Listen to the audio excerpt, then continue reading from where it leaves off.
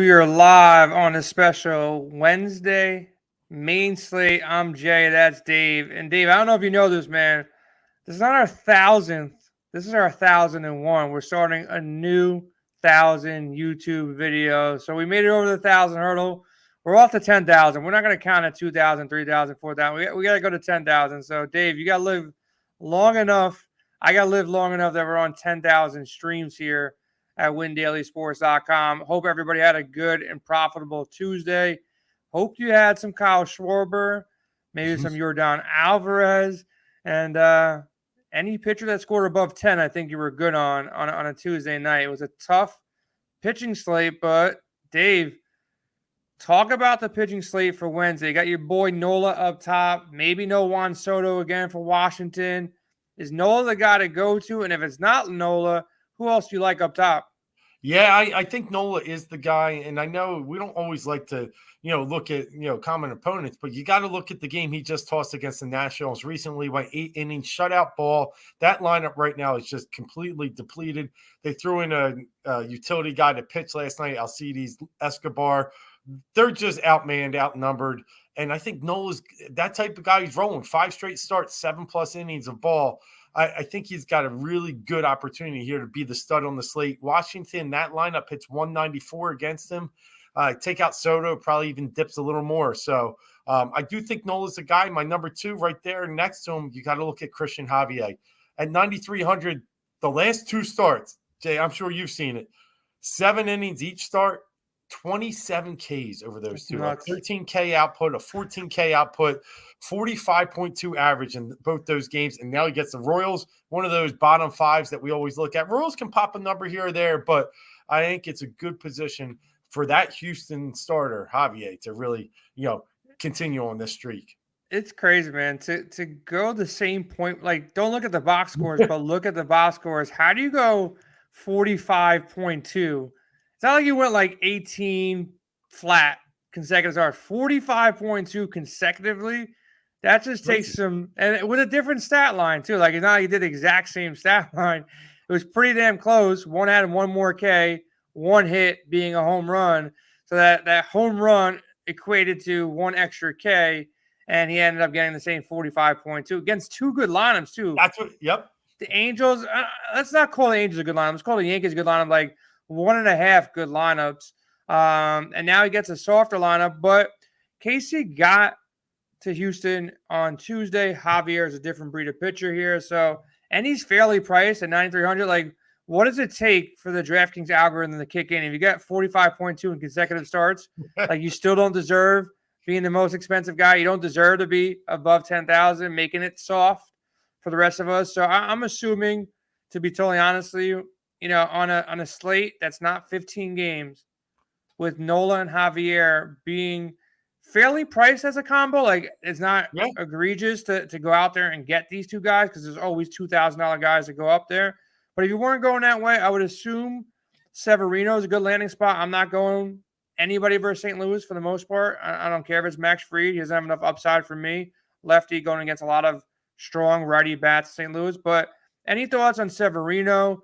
Any thoughts on anybody below these 2 top guys? Yeah, great point on Fried. I'm probably a pass too. It's just St. Louis, number 2 overall weighted runs created plus against lefties this year. Number 5 WOBA, number 4 batting average. They're just good against lefties, and it's just not worth my money when you, like you said, there's other names on the list tomorrow that I think I feel much safer with. So Fried's probably a pass. It's a soft pass, but it's a pass for me. I like Severino. I do.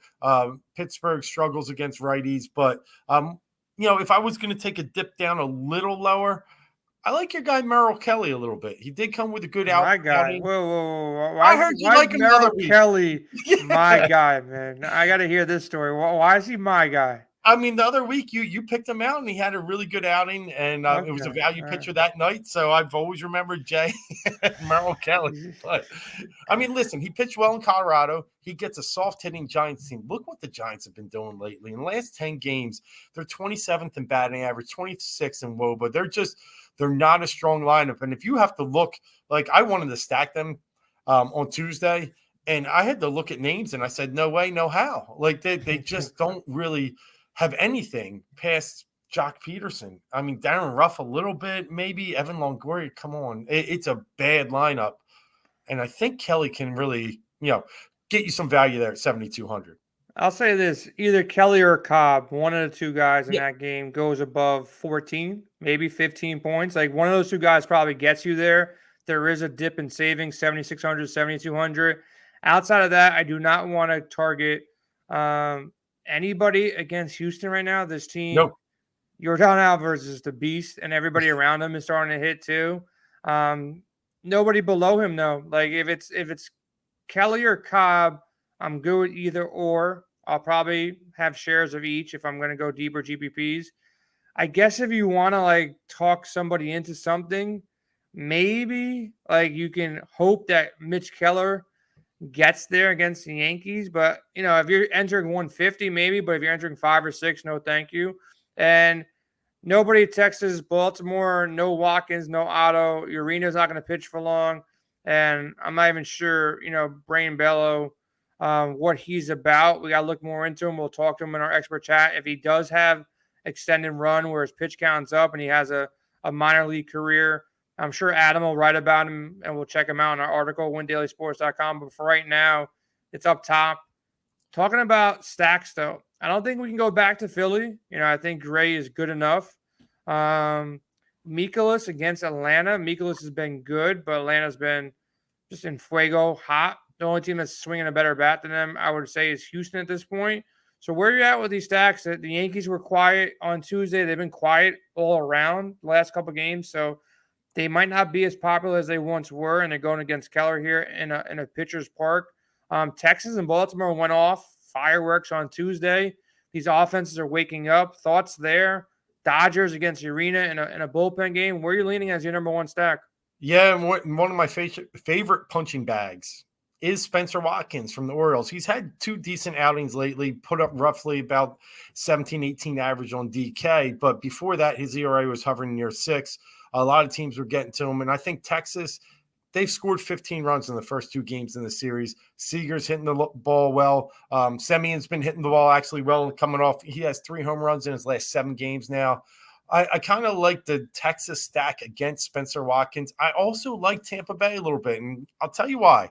I wrote about it today that they're actually good against right-handed pitching, and that's why I faded Nick Pivetta. And bringing in this double-A guy, Bello, I'm just not sure. This is a tough lineup, especially with Franco back. Diaz is hitting well up top. Obviously, He-Man Choi, they got some bats in there, and they did expose the Red Sox on Tuesday. I kind of think you could get a cheap stack with the Rays, and I'm willing to pay it. They're hitting 5th best batting average in the last 30 days against right-handed pitching. Yeah, I think that's a spot. I think both sides of that can work out again. Baltimore's been hitting well as well. So you have Otto and Watkins, game stack environment. Probably going to be hot. I know it's going to be hot in New York tomorrow. I'm assuming it's going to be hot in Philly and Baltimore again. These hot weather, the humidity adds to, the ballpark factor where you get an extra boost there as well. Houston, where are you at with Houston against Keller? Are they going to be popular again? Keller's been decent. He's had some upside games, but this is a different beast in Houston against his lineup right now that's fully healthy. Houston, even if you're not going to stack them up, I don't know how you fade Alvarez right now. It's like the Judge of like 3 weeks ago, where Judge is now cooled off and Alvarez is like I'm betting his prop total on bases every day. And even when the top of the 9th and he's 0 for 3 or 0 for 4, I'm like, oh, he's still good. He's going to hit a home run. And he did it yesterday, hit a home run. Did it today, hit a home run. So, he's out there doing it. Alvarez against the righty. Anytime he faces a righty for the rest of the foreseeable future, he's in line. Tucker's been swinging with power. And then you have Bregman, Altuve, and Pena. And there's always a cheap guy at the bottom of the lineup as well to try to mix and match here. So, Houston firmly in play for me.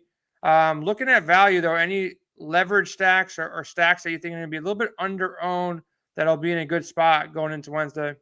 Yeah, I mean, I don't know if they'll be under-owned, but, I think the Dodgers with the surgence, I should say, of Mookie Betts coming back into the lineup, he's ridiculously underpriced on DraftKings, down 29th rated outfielder, 4,400 on Tuesday. So I think you might be able to get a value Dodger stack. Muncy came through with a home run on Tuesday as well. So if you can get kind of those middle guys and not pay everything for Turner, I think they're a decent stack against a Colorado team, like you already mentioned. Urena coming up. That's a bullpen game. Colorado seventh worst bullpen ERA. Yeah, the one other team I'll mention that probably not too many people have, and on a shorter slate like it is on Wednesday. Look, I mentioned Alex Cobb as a potential guy to target, but Cobb has faced these D-backs a lot. It's not the first time he's going to face them. He's actually faced them already 4 times this year, and his stats don't look so good for him. 19 innings pitched, 15 runs, 14 earned, 3 home runs. So if you want like a cheap stack that nobody's probably going to go with, I think Arizona is kind of sneaky, and everybody's going to be fairly priced as well. So you can get some lefty power bats from Arizona, like a Peralta at 3,500, Alec Thomas 3,000, Varsho if he starts, he's only 4,200, and then guys like Christian Walker 3,800, Carson Kelly 2,300. Ketel Marte is the only one, and Rojas 4,900, 4,500. But like, if you want to get a little bit different, and maybe just have like your 3-man stack where if you're paying up for those 2 pitchers that we mentioned, if you want Nola, it's going to be tough to get Nola and Javier. Like if you just go Nola and Javier, you're talking about an average remaining player of 3,800. So if you go in and roll out like Alec Thomas, Peralta, and maybe you punt with Carson Kelly at 2,300 or another value spot, then you can go back around and probably get yourself, whether you want a Houston stack or a Tampa Bay stack, there's some value around there. So Tampa and Arizona probably be a good spot to get some value. Christian Walker is still cheap, 3,800.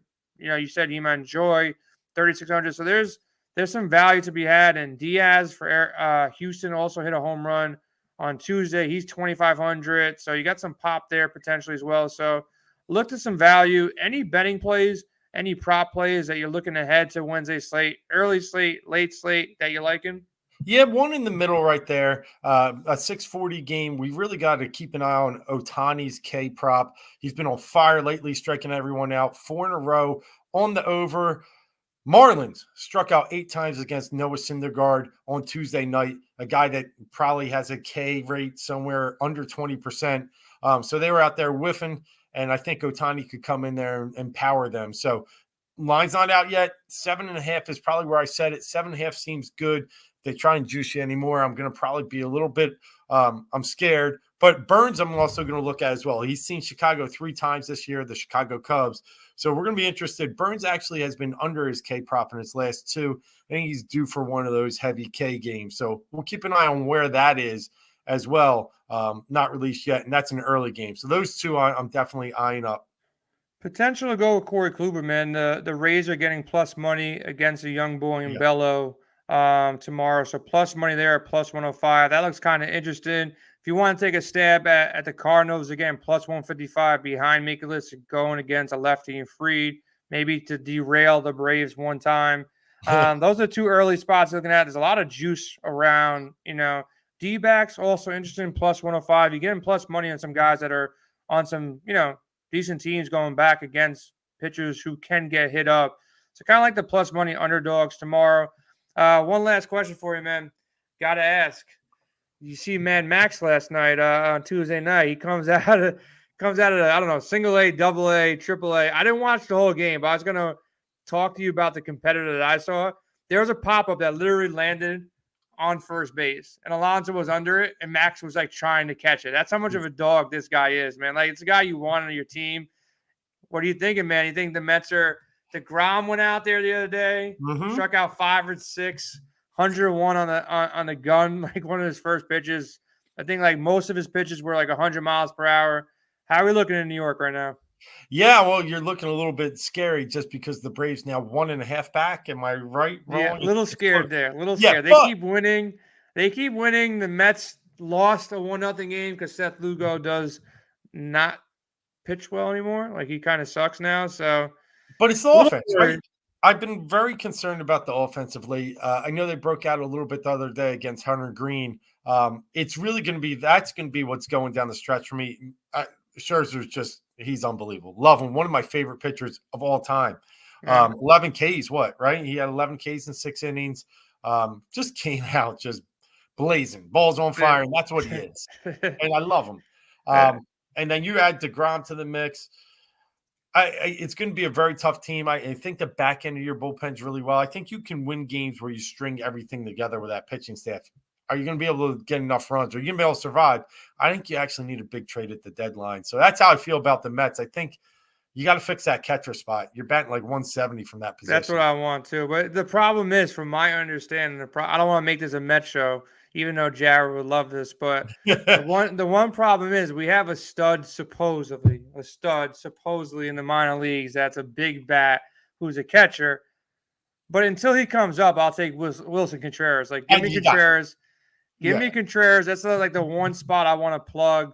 Maybe third base because Escobar just started hitting. I don't mind Escobar. I think comes around. I didn't think Guillermo was going to be this good. But now he hit a rough patch now that he's not hitting. So maybe a middle infielder. Maybe bring Javi Baez back. Who the hell knows? But I think Steve Cohen's going to spend some money. How do you feel about your Phillies, man? They're starting to hit. Schwarber he's the man. He's the man. Knocked 2 more on Tuesday, leadoff homer, then hit it in his next at bat as well. 25, I think, on the season. It's just fun. They're playing some good ball. Tied for the 3rd wild card spot now with the St. Louis Cardinals, which is kind of exciting when you sat there at 21-29 and now 22-9 in the last 31 with a 709 win percentage. So that's not what they are, but they also weren't 21-29. I think they're somewhat in the middle. We're at the halfway mark now. That's it. 43-38 gets you to 86. Might be enough, but I think you're still going to need about 88 to get in and hold off a couple of these teams like St. Louis, like San Fran. I think the Phillies do have enough because this schedule kind of fades and eases out. I think this is the early call. If this somehow happens, I'm going to put Tony to it too. If it somehow happens that we meet in the playoffs, you have to come to New York for a game, and I'll come to Philly for a game. As long as you protect me out there, I'll protect you out here. Oh, you're fine in Philly. You're fine. You might just hear Mets suck, but that's it. Yeah, I wore a strawberry jersey last time I was at. It wasn't a playoff game. I went to a regular season game in Philly with my strawberry jersey on. Proud. A couple people might have called me a crackhead for just having a strawberry jersey on, but that was about it. I was good. That was good though, man. So, man. If we meet in the playoffs, we'll meet at the stadium together. We'll have a nice maybe get a suite, so we'll be somewhat protected because some of these fans are lunatics. So, but everybody have a good Wednesday.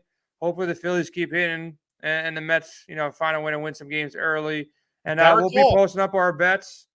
We'll be posting up our bets in our expert chat. Dave will have an article up. Adam will have an article up. Jared's been crushing Prize Picks, so make sure you go check that out. And plus, check out the golf show, man. They just did a golf show late on Tuesday as well, breaking down, I believe, the Scottish Open. And we're coming off a week where our guy Dave, not you, hit an outright 56-1, man. Like, you guys all the way on the other side of the world in Australia or New Zealand, one of those crazy countries over there. But he's nailing outrights every week. So if you're into betting, you're into props, make sure you watch the golf show. We'll be back tomorrow, breaking down some more DFS for Thursday. So everybody have a good Wednesday and make some money.